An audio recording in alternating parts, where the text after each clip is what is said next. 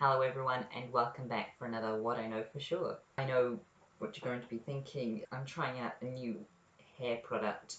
Not really feeling it right now. I'm going to give it another few days to see whether or not I like it. Anyway, it's time to start talking about the February edition for What I Know For Sure. What I know for sure is that it's more scary to do an audition than do a performance in front of a live audience. After going through the script recently, I realised there isn't very much to talk about. I want to start talking about film and TV auditions, so picture this. You're sitting in a room surrounded with people who are the same height as you, who look exactly like you, people who... it's just like a clone of everyone. That room is called the waiting room for an audition. It's kind of like you're in a horror movie. You're just sitting there surrounded with a clone of you, just like 20 or 30 clones of you.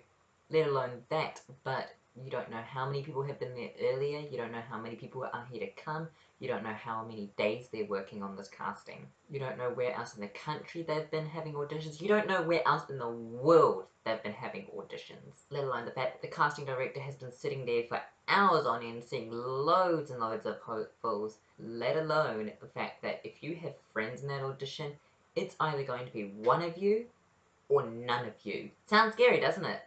Well, in actual fact, it is quite scary, but then you know that there's just this one person who gets the saying of you got the job, and you don't want to take any risk by saying, no, I don't want to audition, I'm not going to get it.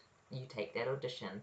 Obviously, after a while, you just get used to it. You just, rather than feeling like you've been stamped when you get rejected, it's more like you just brushed shoulders with someone when you get rejected.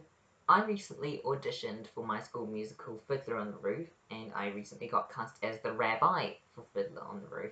I knew the audition process already because I did the musical last year, but I still wasn't 100% confident with the process. Even though I had confidence in the audition, I still had that nerve of feeling like there's no tomorrow type of a thing, which is pretty dumb, to be honest. I'm very grateful that I didn't have that feeling like I had this audition and everything, because if you do have that feeling like I've got this, it's not a very good thing to do. It's very bad, because if you don't get the role you aimed for, your ego plummets. If you're relaxed and you're just confident in yourself that you just did well, then if you didn't get the role you did, it's not exactly a rejection feeling for you, it's like a redirection.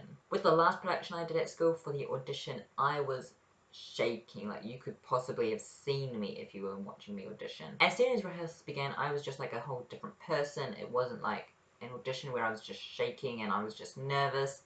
It was just a natural thing for me. I was confident and I was ready for the audience to just come in. Even when I did Hairspray, I'm pretty sure everyone who saw me audition would have seen me shaking or something. But I wasn't stuttering and I didn't drop the script, but there are still parts of things I regret doing at the audition, but you know, I got a good role. I got one of the best roles. It wasn't a big role, it wasn't the biggest role, but I still got really good reviews.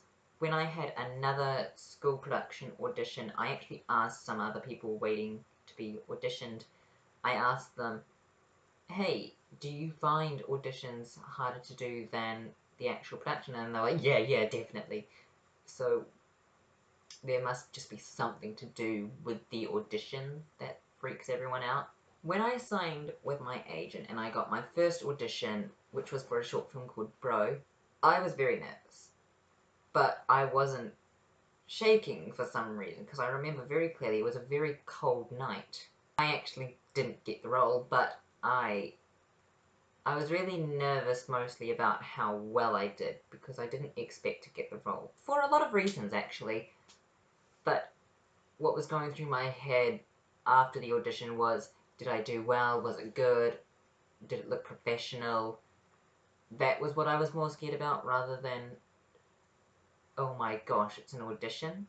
To this day, I'm actually still thinking, did I do well for my Bro audition? But I do know I was being seriously considered for a role, so that's a good thing. You should have seen me when I auditioned for The Sound of Music when it toured New Zealand back in 2014. I was shaking like You could have grabbed me by my arms and I still would have been shaking, and I would have made you start shaking as well. I seriously don't know what made me think I had that audition. This actually brings me on to the next section, which is another part of auditions, but it's that fear of something natural happening. Because when I registered for The Sound of Music, I was the right height, but then when I had the auditions and the pre-registrations, I found out that I was 4 centimeters too tall. Believe me, when you're doing something like musical theatre or any sort of acting role, you do not want to grow at all. You don't want to shrink, you don't want to grow, you don't want to get fatter, you don't want to get any more skinny, because it screws everything up. If this is how tiny actors like me are freaking out about with an audition, think of how the big actors like celebrities are. You know, the ones that don't have other jobs, and nothing wrong with that, by the way, but think about how they feel with an audition. These acting jobs are the ones that put food on the table, pays the bills, and pays for your child's education. And I know what you're thinking, you're like, but they're super rich, they're super famous. You think about it, it's not the best source of income for a full-time job. You've got to remember that they have to pay their taxes, their bills, for food, for petrol, all the essentials, and then they need, well, they don't need to, but then they can look into what they can do for gratification, such as signing up for a sports club, which is recommended for actors because then you get more skills, or you can go on a holiday. You got to think about that. But outside of all that, you have to pay your taxes once you get paid. So the government just takes it out of your pay, and then you've also got to give 15% of what you earn to your manager because they do 15% of the work, and then you keep the rest. So you think about it, you keep about 75 to 80% of what you earn in total.